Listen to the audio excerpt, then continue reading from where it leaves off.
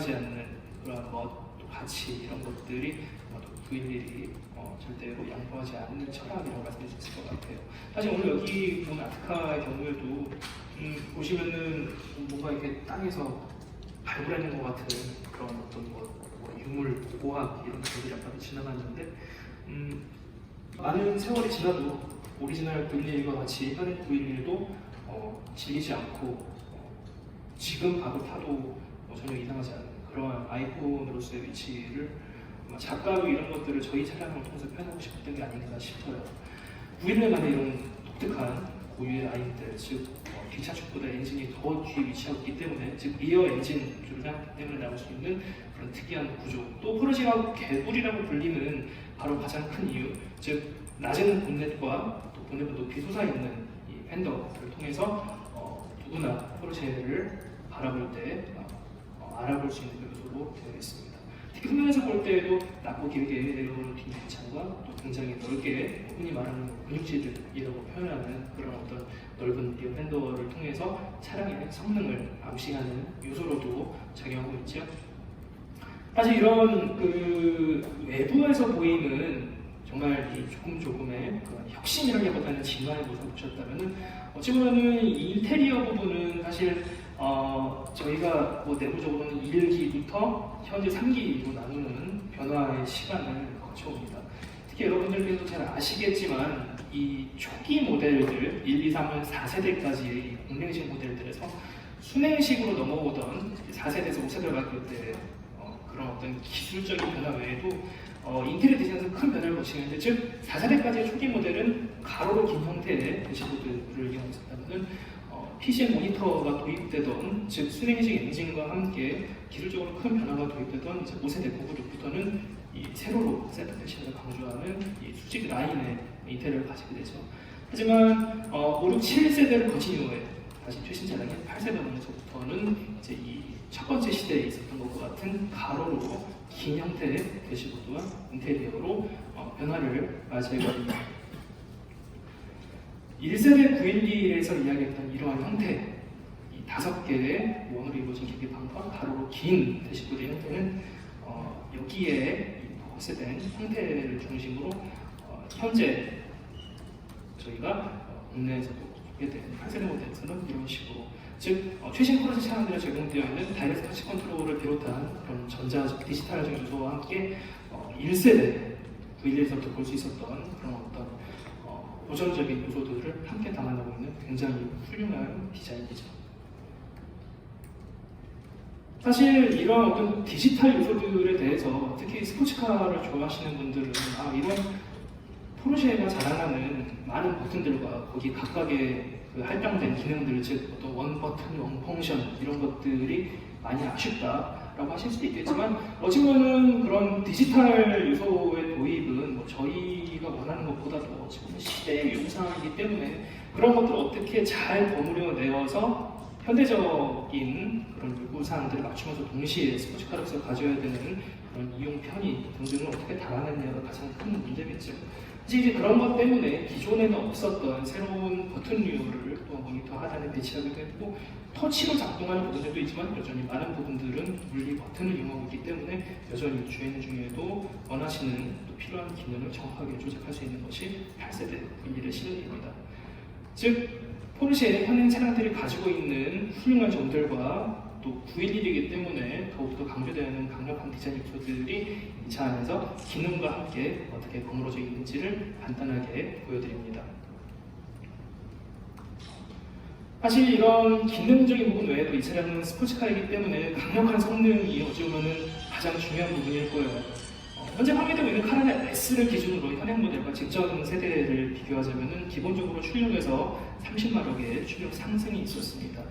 이것들을 조금만 더 자세하게 들여다보자면은 카라나 S, 즉 후륜구동 모델을 보자면 이러한 출력의 상승은 정차 상태부터 이제 시속 100km에 이르는, 즉 흔히 말하는 이제 제로 100 성능을 0.4초를 끌어올리게 되었고요.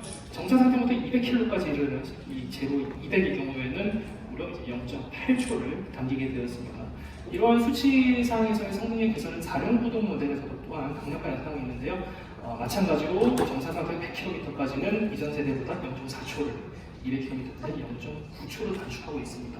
물론 이제 옵션 사양의 스포츠 코로나 패키지를 적용을 했을 때에는 그 일반 이 옵션이 없는 차량에 비해서 더욱더 성능을 끌어올 수 있죠. 이전에는 어떤 슈퍼카 영역을 넘겨졌던 3.4초라는 놀라운 수준의 이 가속 성능을 까레라 혹은 S 모델에서는 이렇게 잴 수가 있게 됩니다.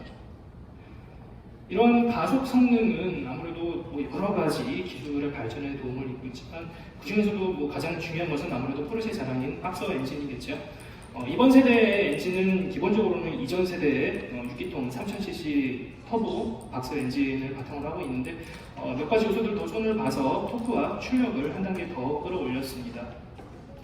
가령 예를 들자면 눈에 보이는 부분은 아니지만 이제 엔진 실린더 내로 연료를 분사하는 인젝터가 퀴즈 인젝터로 변경이 되면서 더욱더 정밀한 분사가 가능하게 되었고, 또한 밸브의 스트로크를 조정한다든지 또 압축비를 더 올림으로써 이전 세대보다 더 강력한 출력을 내면서 동시에 이전 세대 대비 더욱더 배출가스 부분에서 더욱더 깨끗한 그러한 엔진의 성능을 발휘를 하면서도 환경적인 요인들을 만족시킬 수 있게 되었고요. 또 다른 눈에 보이지는 않는 부분이지만 이 차량을 강력한 성능을 발휘할 수 있게 해주는 포르쉐 자랑 터보차저의 경우에는 이전 세대보다 용량을 더 키웠을 뿐만 아니라 직전 세대에서는 비대칭으로, 즉 동일한 터보차저의 위치를 잘 맞추어서 배치를 했다면 이번 세대에서는 각각의 터보차저가 서로 이제 거울을 마주보고 있는 것처럼 만들어져 있기 때문에 완전히 대칭으로 작동을 하게 됩니다. 그래서 더욱 높은 출력, 더 낮은 연료 소모량, 그리고 또 가장 터보차저에서 어려운 부분인 빠른 반응성까지 한 단계 높은 수준으로 만족시키는 엔진 기술을 제공할 수 있게 되었습니다. 또한 터보차저를 잘 이용하기 위해서 반드시 필요한 이 인터쿨러 부분에서도 업그레이드가 있었는데요. 인터쿨러라는 기술 자체가 다른 건 아니지만 위치가 기존에는 엔진의 좌우에 위치했던 것이 이제는 중앙, 상단으로 이동을 하면서 더욱더 많은 공기를 흡입할 수 있게 되었고 공기를 더욱더 빨리 식힐 수 있게 되었고 그로 인해서 더 높은 밀도의 산소를 엔진 내에 공급할 수 있게 되었기 때문에 여기에서도 효율과 출력을 더 끌어올릴 수 있는 요소로 작용을 하게 되죠. 이러한 엔진 기술 업그레이드 외에도 이전 세대에서의 7단 변속기에서 더욱더 업그레이드된 8단 PDK 변속기, 포르쉐 더블클러치 변속기가 적용이 되면서 가속력을 더욱더 끌어올리고 연비도 한 단계 더 끌어올릴 수 있는 요소이자, 사실 이 차량 같은 경우에는 본사에서도 발표한 것처럼 추후 언젠가는 도입될 VD에 도입될 전동화 요소까지도 이용할 수 있는 그러한 변속기입니다. 사실 엔진과 변속기도 물론 중요하지만 차라는 것은 결국 이제 종합적인 결과물이기 때문에 몇 가지 또한 실시간에 하이라이트 설명을 드릴게요. 이번 세대 까레라 또 까레라 S에서는 앞뒤에 다른 폭의 필터일 뿐 아니라 앞뒤가 다른 지름의 필터를 장착을 하고 있습니다. 물론 이러한 세팅은 포르쉐 안에서도 까레라 GT나 918 스파이더 같은 슈퍼카 또 하이퍼카 이미 적용이 되었었고, 또한 뭐 최근에 916 GT3 같은 차량이 적용이 되었는데 말하자면은 포르쉐 911 안에서는 좀 많은 분들이 선택할 수 있는 까레라에서 이 세팅이 적용되는 건 처음입니다. 뒷바퀴가 지름이 더 크기 때문에 직진 안정성을 더욱 끌어올리고 앞바퀴는 그보다 상대적으로 작은 지름을 채택하기 때문에 핸들링은 더욱더 가볍고 날카롭게 할 수 있는 그러한 구성이 까레라에서 처음으로 제공이 되게 되었습니다. 강력한 엔진과 변속기의 업그레이드 또한 셰시 업그레이드를 통해서 리르브리팅 이 랩타임 기록이 이전 세대 까레라 S 대비 5초가 빨라지는 것도 잘 알고 계시는 부분이지만 KS, 포르쉐 액티브 서스펜션 매니지먼트 기술도 한 단계 더 업그레이드가 되면서 평상시에 나는 데일리카로 쓰고 있을 때는 더욱더 안락한 V11, 하지만 트랙 주행 같은 환경에서는 더욱더 단단한 세팅으로 변신하는 V11을 이 차량 한 대에서 구현할 수 있게 됐고 그 변화의 폭이 더욱더 커졌다는 것도 또한 한 단계 더 좋아진 점입니다. 물론 강력한 성능에는 안전한 주행도 반드시 필요한 부분이죠. 포르쉐 911 차량에는 세계 최초로 웻 모드라는 새로운 주행 모드가 탑재가 되면서 하늘에서 떨어지는 물방울이 아니라 땅이 젖어 있는 경우, 즉 노면에서 튀어오르는 습기를 감지해서 미끄러질 수 있는 그런 가능성이 있는 젖은 도로를 주행할 경우에는 운전자에게 경고를 전달하고 필요에 따라서 모드를 변경하시면은 미끄러운, 즉 젖어 있는 도로에서도 차량을 안전하게 주행하실 수 있는 이러한 모드가 모든 8세대 911의 기본 사양으로 최초로 적용이 되었습니다.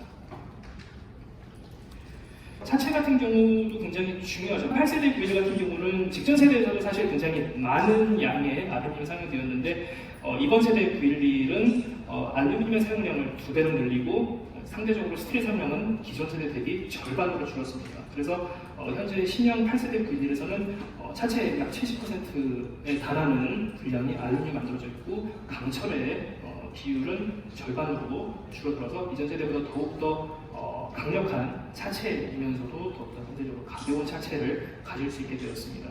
여러분들께 참고로 이전 세대 저희 이제 991 세대에서도 알루미늄 사용 많이 강조를 했는데 저도 사실은 이번에 공부하다가 새롭게 알게 된 사실인데 997 때는 알루미늄이 전혀 적용되지 않았던 세대라고 합니다. 즉 불과 2세대 만에 소재가 완전히 굉장히 큰 폭의 업그레이드가 이루어진 거죠. 자, 여기까지 짧은 시간이지만 992 차량, 즉 8세대 91 차량에 대해서 하이라이트를 간단하게 설명을